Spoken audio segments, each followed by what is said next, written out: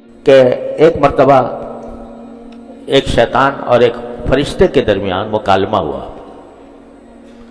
مکالمہ یہ ہوا کہ فرشتے نے حضرت ایوب علیہ السلام کی طرف اشارہ کر کے شیطان سے کہا کہ دیکھ، تو یہ کہتا تھا کہ میں ان سارے آدم کے بیٹوں کو گمراہ کروں گا، چاروں طرف سے ان پر حملے کروں گا، اور دیکھو یہ ایک ایوب علیہ السلام کو دیکھو کہ اللہ تبارک و تعالیٰ کے کیسے پرہیزگار بندے ہیں۔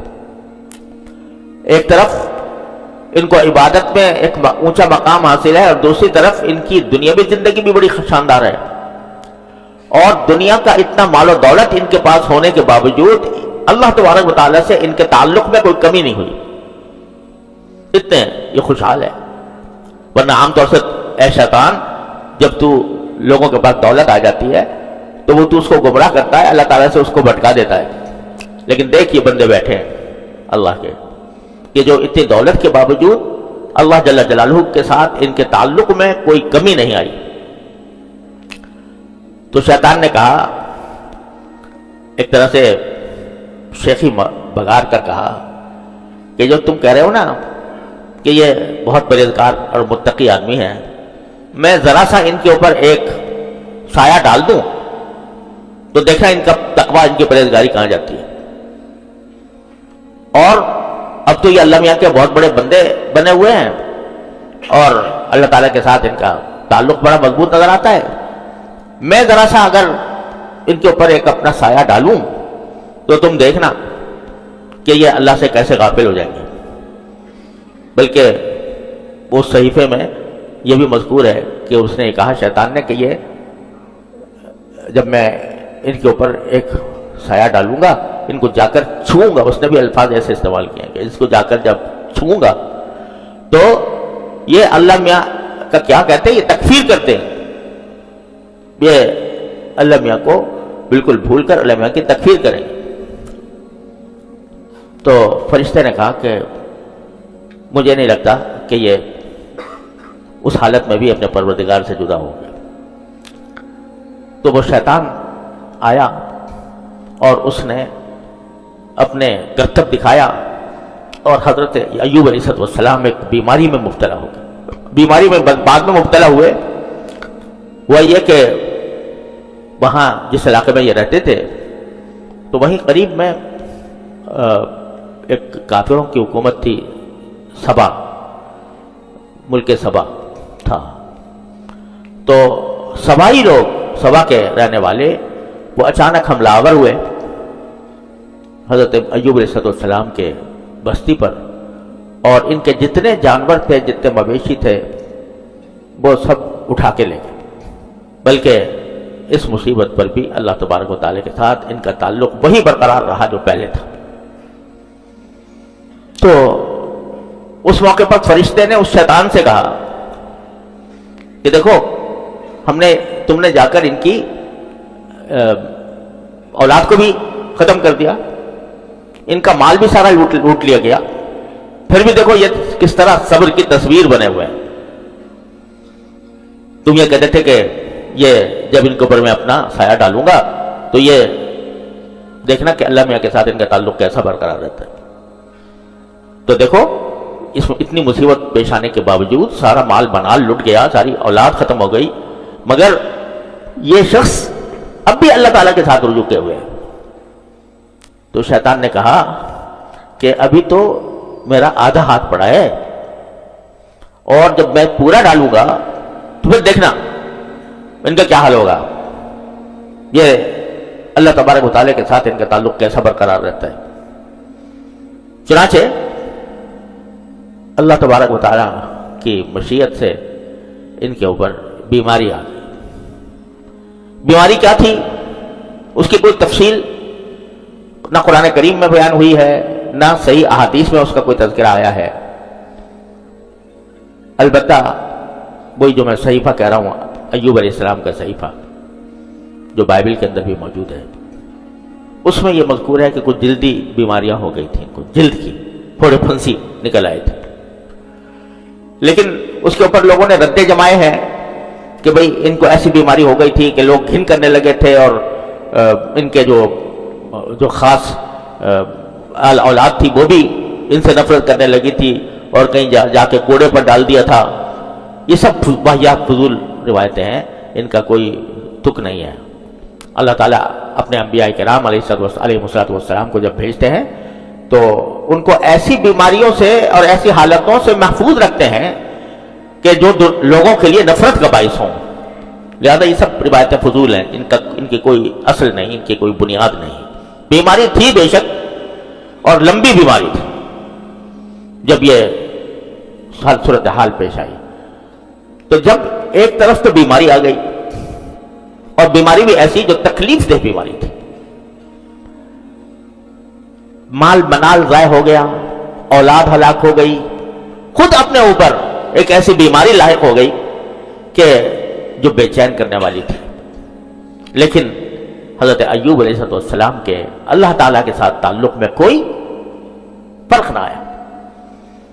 اسی حالت میں ایک اور آزمائش آئی. آزمائش یہ آئی کہ 3 ان کے دوست تھے، ساتھی تھے، وہ آئے ان کے پاس بیماری کی حالت میں، اور ان میں سے ہر ایک نے اپنے دلائل پیش کر کے ان کے سامنے یہ بات کرنے کی کوشش کی کہ یہ جو بیماری آئی ہے یہ آپ کے کسی سخت گناہ کی وجہ سے آئی. کوئی گناہ ہو گیا آپ سے زبردست، جس کی بنا پر یہ بیماری آئی آپ کو. وہ سارا زور اپنے زور بیان اس بات پر صرف کرتے تھے تینوں ساتھی کہ یہ بیماری آپ کو آئی ہے کسی آپ کے شدید گناہ کی وجہ سے. اللہ تعالیٰ آپ سے ناراض ہے، اس گناہ کی وجہ سے اللہ تعالیٰ آپ سے ناراض ہے. جواب میں ایوب علیہ السلام یہ فرماتے تھے کہ نہیں، میرا مالک مجھ سے ناراض نہیں ہے، اور تم مجھے بار بار یہ سمجھاتے ہو کہ اللہ تعالیٰ تم سے ناراض ہے، لہذا میں اللہ تعالیٰ سے ایک بہت پیدا ہو جائے میرا اللہ تعالیٰ کے درمیان، تو میں تمہاری یہ بات نہیں مانوں گا. میرا اللہ میرے قریب ہے، میرا اللہ مجھ سے ناراض نہیں ہے، راضی ہے. اور اس کے اوپر دلائل پیش کرتے تھے حضرت ایوب علیہ السلام. آپ اندازہ کیجئے ایک آدمی بیماری میں مبتلا ہے، اولاد اس کی ساری ہلاک ہو چکی ہے، اور سارا مال اس کا ختم ہو چکا ہے، بیماری ایسی لگ گئی ہے کہ ہر وقت تکلیف میں ہے انسان. اور اس وقت میں آ کے لوگ مناظرہ کر رہے ہیں کہ بھئی یہ تمہاری گناہوں کی سزا ہے، اللہ میاں ناراض ہے تم سے. اور اس کے جواب میں یہ مناظرہ کر رہے ہیں کہ نہیں، میرا اللہ مجھ سے ناراض نہیں ہے، ہاں مجھ پر اللہ نے یہ آزمائش مسلط کی ہے، اور اس آزمائش میں مجھے صبر سے کام لینا چاہیے، اور جب میں صبر سے کام لوں گا تو میرا مولا ضرور مجھے اس مشکل سے نجات دلائے گا. کہ حضرت ایوب علیہ السلام کو اللہ تعالیٰ نے صبر کا بہت اونچا مقام عطا فرمایا تھا، اور ان کو ایک مدت تک ایک سخت بیماری نے پکڑا ہوا تھا، اور اسی میں انہوں نے پھر دعا مانگی تو اللہ تعالیٰ نے ان کو شفا عطا فرمائی. ایوب علیہ السلام کی اس دعا میں ہے، میں اللہ میاں 3 باتیں کہہ رہا ہوں، میں ہوں، میری بیماری ہے، اور تو ارحم الراحمین. میں کچھ ہی کہتا ہوں، کیا کریں آپ کیا نہ کریں. تو اس میں جو لطف ہے، اس دعا کا جو لطف ہے کہ اظہار و بیان سے آگے، اس سے آگے ہے یہ انی مسنی الضر وانت ارحم الراحمین. اسی طرح دوسری جگہ قرآن کریم میں حضرت ایوب علیہ السلام کی دعا وہاں پر بھی ذکر کی ہے، تو کیا ہے کہ انی مسنی الضر مسنی الشیطان بنصب وعذاب. وہاں بھی بس اتنا ہے کہ یا اللہ مجھے شیطان چھو گیا ہے، تکلیف دے کر اور میرے اندر بیماری آزار پیدا کر کے مجھے چھو گیا ہے. بس وہاں پر بھی کوئی ایسا جملہ نہیں ہے کہ اللہ مجھے شفا دے دے، بلکہ اپنی حالت پیش کر دی اور اس پوری حالت کو دعا بنا دیا. تو جب یہ دعا ہوئی تو قرآن کریم فرماتے ہیں ارکض برجلک ھذا مغتسل بارد وشراب. جب یہ دعا پہنچی ہے باری تعالیٰ کے مقام تک تو اللہ تعالیٰ نے حکم دیا ارکض برجلک، اپنا پاؤں زور سے مارو اس پتھر پر، بس یہ تمہاری شفا کا راستہ ہے. ارکض برجلک، اپنا پاؤں مارو زور سے اس پتھر کے اوپر، تو کیا ہوگا؟ وہاں سے چشمہ پھوٹے گا، چنانچہ ایسا ہی ہوا.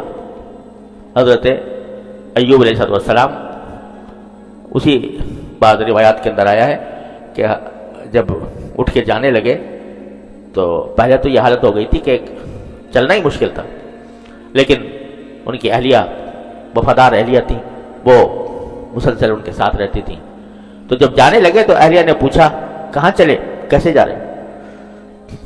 تو حضرت ایوب علیہ السلام نے فرمایا مجھے حکم ہوا ہے کہ میں آگے جا کر اس کے اوپر پتھر پر پاؤں ماروں.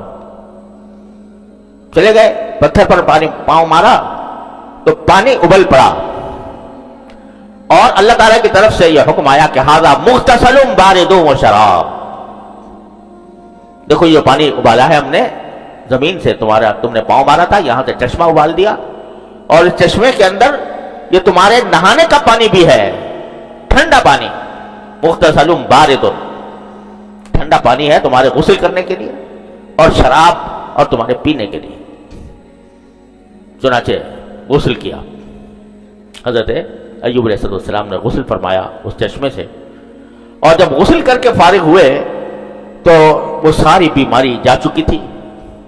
بیماری کی وجہ سے جو چہرے کے اوپر تغیرات آئے تھے وہ جا چکے تھے، اور اسی طرح کھلا ہوا خوشگوار چہرہ جو پہلے تھا اسی کے ساتھ وہاں سے واپس لوٹے.